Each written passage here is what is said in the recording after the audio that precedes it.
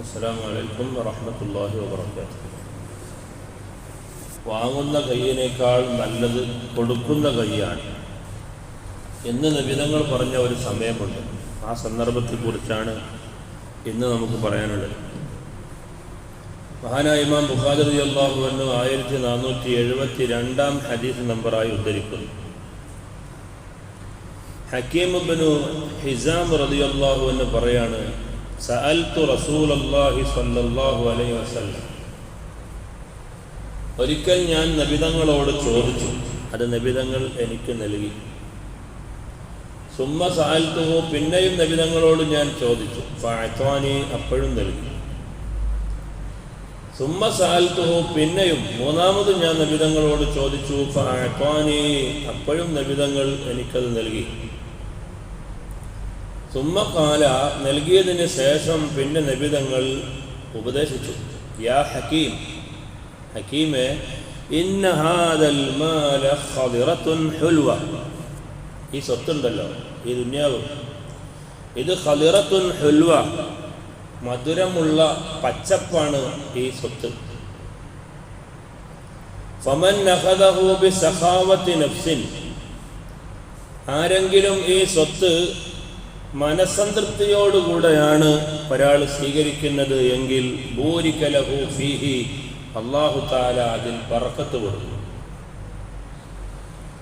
ഒരു ജോലിക്ക് പോയി ആ ജോലിയുടെ വേതനമായി അദ്ദേഹം നൽകുന്ന ക്യാഷ്, അത് കൂടുതലായിരിക്കാം കുറവായിരിക്കാം, പക്ഷെ ആ കിട്ടുന്ന കാശ് വളരെ മനസ്സംതൃപ്തിയോടുകൂടെയാണ് ഒരാൾ വാങ്ങുന്നത് എങ്കിൽ ബൂരിക ലഹു ഫീഹി, അതിൽ ബറക്കത്തുണ്ടാകും. ഒരാൾ നമുക്ക് ഒരു ഹദിയ നൽകുകയാണ്, അല്ലെങ്കിൽ സദഖ നൽകുകയാണ്. അപ്പം അത് എത്ര ചെറുതാണെങ്കിലും എത്ര വലുതാണെങ്കിലും അത് വാങ്ങുമ്പോൾ മനസ്സംതൃപ്തിയോടുകൂടെ വാങ്ങുക എങ്കിൽ അതിൽ ബറക്കത്തുണ്ടാകും. വമൻ അഖദഹു ബിഇസ്റാഫി നഫ്സിൻ, ആർത്തിയോടുകൂടെ ആണ് ഒരാൾ വാങ്ങുന്നതെങ്കിൽ, ആർത്തിയോടുകൂടെ വാങ്ങുക എന്ന് പറഞ്ഞാൽ പറഞ്ഞു പോയല്ലോ, ഇത്ര ഉള്ളു, ഇങ്ങനെയൊക്കെയുള്ള ചിന്ത, അതാണ് ഇവിടെ ഈ ആർത്തി കൊണ്ട് ഉദ്ദേശിക്കുന്നത്. ആർത്തിയോടുകൂടെയാണ് ഒരാൾ സമ്പത്ത് വാങ്ങുന്നത് എങ്കിൽ ലം യുബാറക് ലഹു ഫീഹി, അതിൽ ബറക്കത്തുണ്ടാവുകയില്ല. ഇന്ന് തൊഴിലെടുക്കുന്ന ആളുകളൊക്കെ ശ്രദ്ധിക്കേണ്ട വളരെ പ്രധാനപ്പെട്ട ഒരു കാര്യമാണ്. നമ്മൾ ജോലി ചെയ്തിട്ട് വേതനം പറ്റുമ്പോഴും അല്ലാതെയുമൊക്കെ നമുക്ക് കിട്ടുന്ന സ്വത്ത്, അതെത്ര ചെറുതാണെങ്കിലും വലുതാണെങ്കിലും അൽഹംദുലില്ലാ, ആരാപ്പോൾ ഈ കാശ് വെറുതെ തരണം എന്നുള്ള ഒരു മട്ടിൽ ഈ കിട്ടിയത് വലിയ ഭാഗ്യം, എത്ര കുറച്ച് കിട്ടിയാലും അതൊരു വലിയ തുകയായി എന്ന ഒരു മനസ്സംതൃപ്തിയോടുകൂടെയുള്ള ആ സ്വീകരണം, അതിൽ ബറക്കത്തുണ്ടാകും. നമ്മുടെ തൊഴിലാളികളൊക്കെ മൊത്തത്തിലെടുത്ത് നോക്കിയാൽ എന്നും കഷ്ടപ്പാടും വിഷമവും തന്നെ. ഓരോ ദിവസവും ജോലി ചെയ്താൽ മാത്രം പൈസയുണ്ട്, പിറ്റേ ദിവസം ജോലിക്ക് പോയില്ലെങ്കിൽ കാശില്ല. എത്ര കിട്ടിയാലും മതിയാകുന്നില്ല, മുഴുക്കുന്നില്ല. ഇതിൻ്റെ ഒരു കാരണം വാങ്ങുന്ന കാശ് മനസ്സംതൃപ്തിയോടുകൂടെ വാങ്ങുന്നില്ല. അതാണ് നബി സല്ലല്ലാഹു അലൈഹി വസല്ലം തങ്ങളാ പറയുന്നത്, വമൻ അഖദഹു ബിഇസ്റാഫി നഫ്സിൻ, ആർത്തിയോടുകൂടെയാണ് തരുന്ന സംഖ്യ ഒരാൾ വാങ്ങുന്നത് എങ്കിൽ ലം യുബാറക് ലഹു ഫീഹി, അതിൽ ബറക്കത്തില്ല എന്ന് പറഞ്ഞാൽ കിട്ടിയത് മതിയായില്ല എന്ന ഒരു ചിന്ത. കുറച്ചുകൂടി കിട്ടേണ്ടിയിരുന്നു. ഇതൊരു 500 ആയിരുന്നെങ്കിൽ, 500 കിട്ടിയപ്പോൾ 1000 ആയിരുന്നെങ്കിൽ, 1000 കിട്ടിയപ്പോൾ ഇതൊരു 2000 ആയിരുന്നെങ്കിൽ എന്നുള്ള ആർത്തി.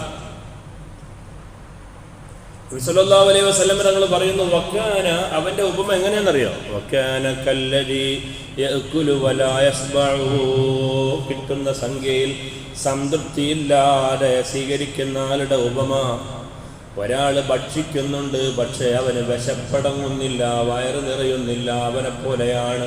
നല്ലോണം കഴിക്കുന്നുണ്ട് പക്ഷേ വിശപ്പ് തീരുന്നില്ല, അതാണ് അവൻ്റെ ഉപമ.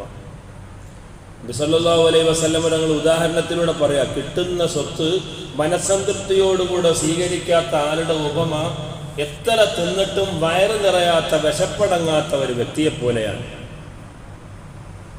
പൊതുവായി നബിതങ്ങൾ എന്നിട്ടൊരു തത്വം പഠിപ്പിച്ചു, അൽ യദുൽ ഉല്യ ഖൈറും മിനൽ യദി സുഫ്ല, മേലെയുള്ള കൈയില്ലേ, മേലെയുള്ള കൈ അതാണ് എപ്പോഴും താഴെയുള്ള കൈയിനേക്കാൾ നല്ലത്. കൊടുക്കുമ്പോൾ ഇങ്ങനെ കൊടുക്കും നമ്മൾ, വാങ്ങുമ്പോൾ ഇങ്ങനെ വാങ്ങും നമ്മൾ. അപ്പൊ കൊടുക്കുന്ന കൈയാണ് വാങ്ങുന്ന കൈയിനേക്കാൾ നല്ലത് എന്ന് നബി സല്ലല്ലാഹു അലൈഹി വസല്ലം തങ്ങൾ ഹക്കീം ഇബ്നു ഹിസാം റളിയല്ലാഹു അൻഹുവിനെ നിർത്തിയിട്ട് പറയുകയാണ്.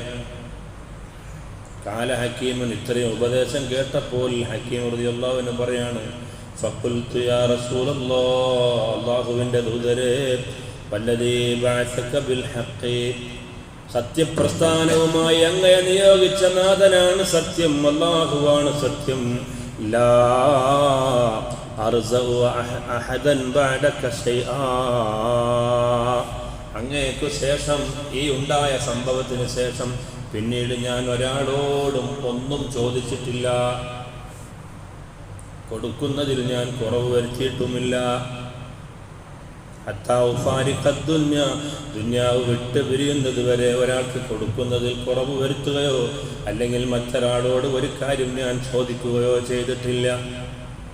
ഫകാന അബൂബക്കർ റളിയല്ലാഹു അൻഹു യദൂ ഹക്കീമൻ ഇലൽ അതാ, അബൂബക്കർ സിദ്ദീഖ് റളിയല്ലാഹു അൻഹു ഖലീഫയാകുന്ന കാലത്ത് യുദ്ധത്തിൽ കിട്ടിയ സമരാർജിത സ്വത്ത് കൊടുക്കാൻ വേണ്ടി ഹക്കീമിനെ പലപ്പോഴും വിളിച്ചു. പക്ഷേ മഹാനവറുകൾ അത് വാങ്ങാൻ കൂട്ടാക്കിയില്ല. പിന്നെ ഉമർ റളിയല്ലാഹു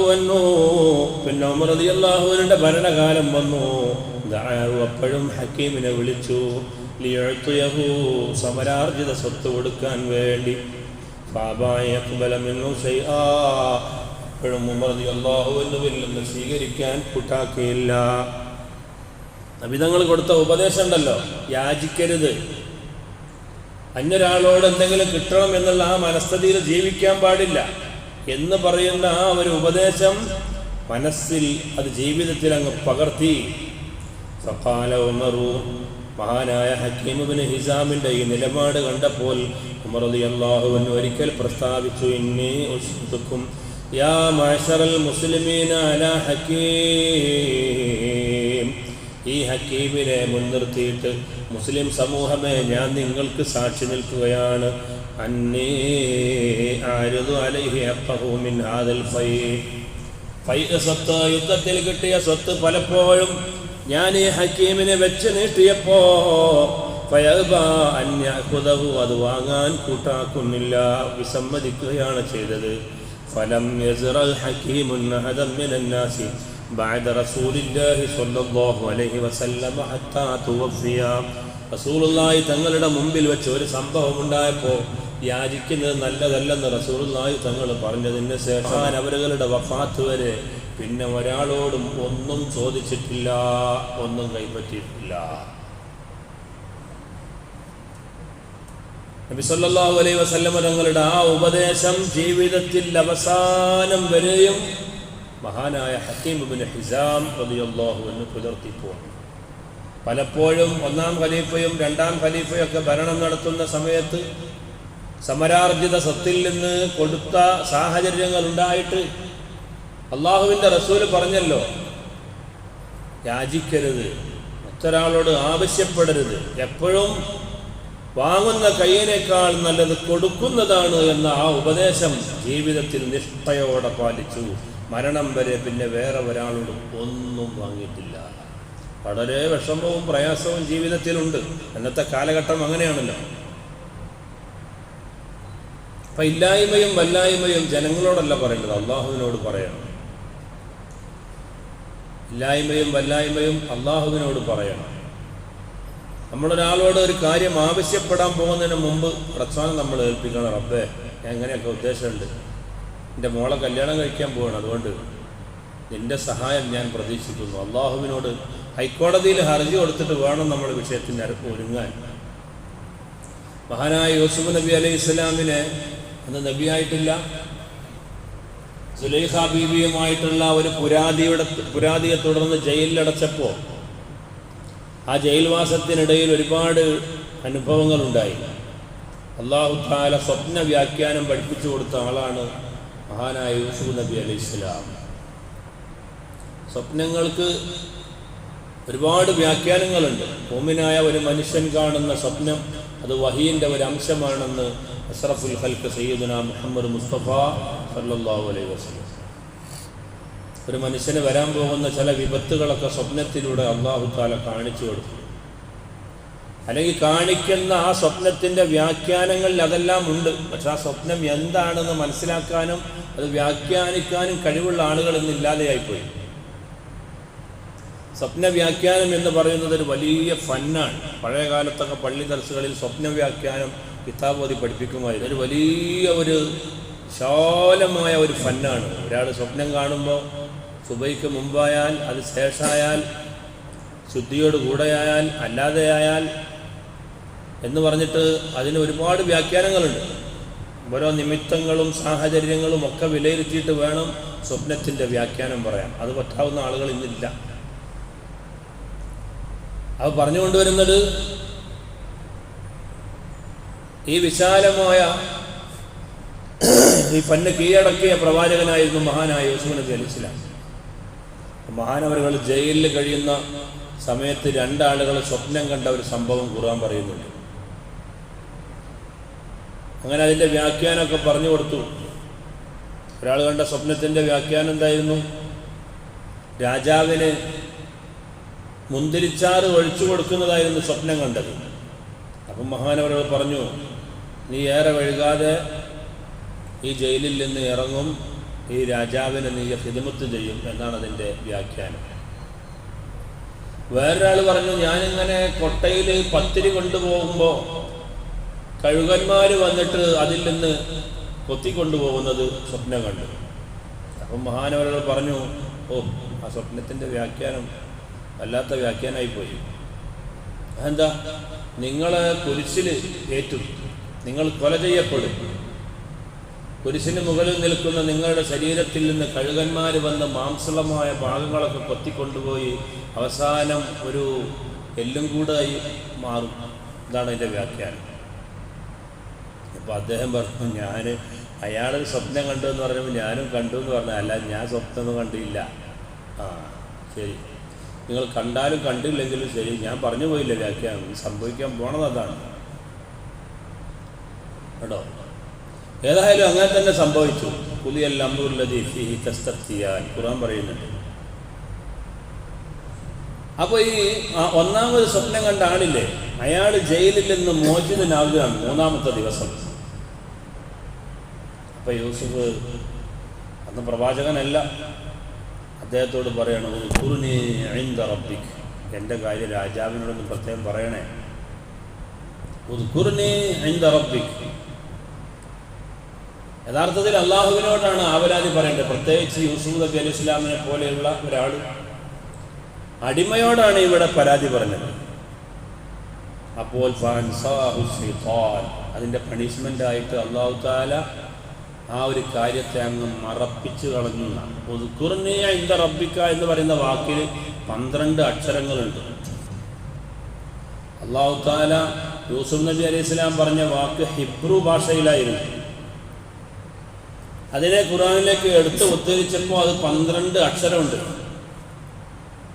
ഏതായിരുന്നാലും ഈ ഒരു വാക്ക് അള്ളാഹുവിനോട് പറയേണ്ട പരാതി, ഇല്ലായ്മയും വല്ലായ്മയും സങ്കടവും അത് ഒരു അടിമയോട് പറഞ്ഞു എന്ന ഒരൊറ്റ കാരണത്താൽ അല്ലാഹു തആല അത് പറയാൻ ആ ഭൃത്യനെ മറപ്പിച്ചു കളഞ്ഞു.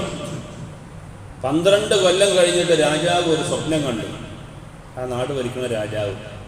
അപ്പോൾ ഈ ഖിദ്മത്ത് ചെയ്യുന്ന സേവകനോട് പറഞ്ഞു, ഈ സ്വപ്നത്തിൻ്റെയൊക്കെ വ്യാഖ്യാനം അറിയാൻ പറ്റുന്ന ആരെങ്കിലും ഉണ്ടോ എന്നാവും ദുനിയാവിൽ.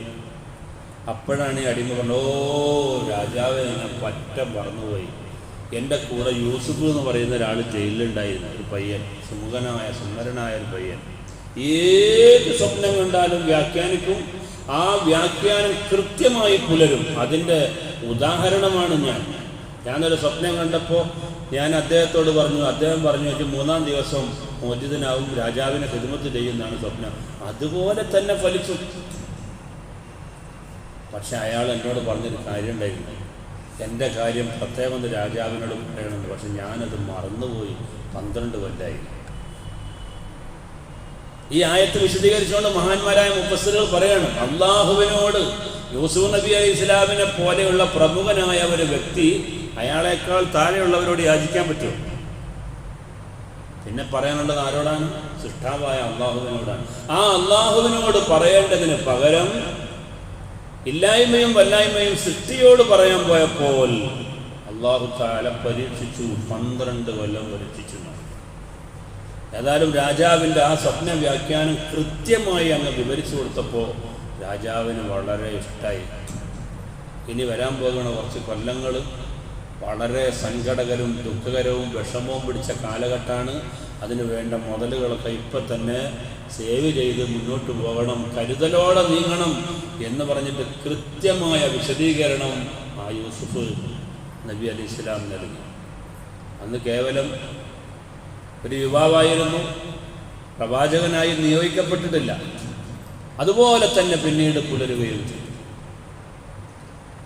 അപ്പം ഞാൻ പറഞ്ഞുകൊണ്ടുവരുന്നത് കണ്ടോ, അപ്പോൾ അള്ളാഹുവിനോട് പറയേണ്ട സങ്കടം സൃഷ്ടികളോട് പറയാൻ പോയപ്പോൾ അള്ളാഹു സുബ്ഹാനഹു വ തആല പരീക്ഷിച്ചു. നമ്മളുടെ സങ്കടം അള്ളാഹുവിനോട് പറയണം. അള്ളാഹുവിനോട് പറയുമ്പോഴോ അള്ളാഹു തആല കാണിക്കുന്ന മാർഗം ഇതന്നെ ആയിരിക്കാം അല്ലേ? ഒരാളെന്നോട് പറഞ്ഞു, ഞാൻ ഒരു പള്ളിയിൽ പോയിട്ട് ദുആ ചെയ്തു. റമദാനിൽ കുറേ കടമുണ്ട്. അങ്ങനെ രാത്രിയിൽ ഞാൻ ആരും ഇല്ലാത്ത ഒരു പള്ളിയിൽ ഇരുന്നിട്ട് കരഞ്ഞ് ദുആ ചെയ്യുക, പഠിച്ചവനെ എനിക്ക് ഒരുപാട് കടമുണ്ട്, എൻ്റെ കടം നീ വീട്ടിൽ തരണം. അപ്പം ഇദ്ദേഹത്തിൻ്റെ ഈ സങ്കടം പറച്ചിൽ ഇങ്ങനെ അറിയാതെ ശബ്ദം ഉയർന്നു പോയി. അപ്പോൾ റോഡിലൂടെ മൂത്രിക്കാൻ ഇറങ്ങിയ ഒരാളുണ്ട്.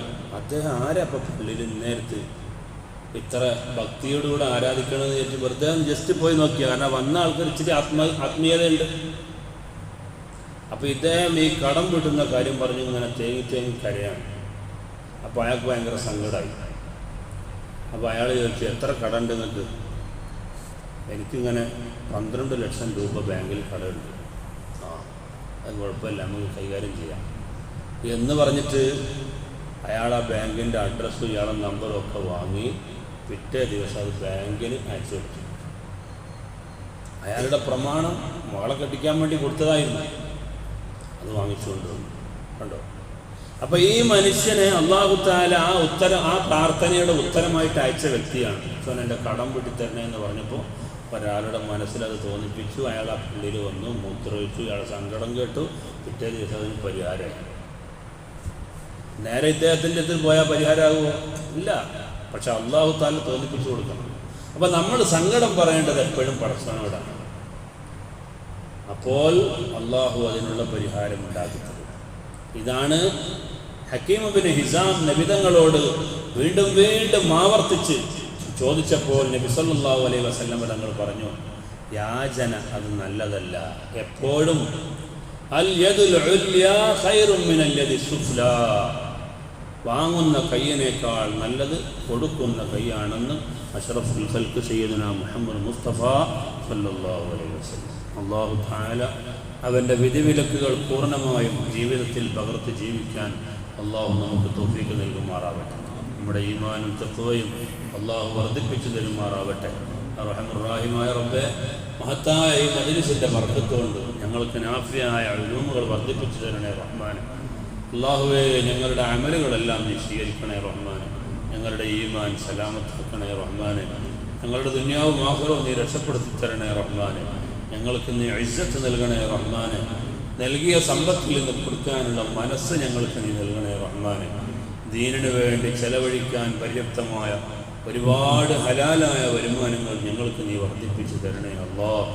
ആമീൻ ബിറഹ്മതിക യാ അർഹമർ റഹീമീൻ. സല്ലല്ലാഹു അലാ മുഹമ്മദ് സല്ലല്ലാഹു അലൈഹി വസല്ലം. സല്ലല്ലാഹു അലാ മുഹമ്മദ് സല്ലല്ലാഹു അലൈഹി വസല്ലം. اللهم صل على محمد يا رب صل عليه وسلم. السلام عليكم ورحمة الله وبركاته.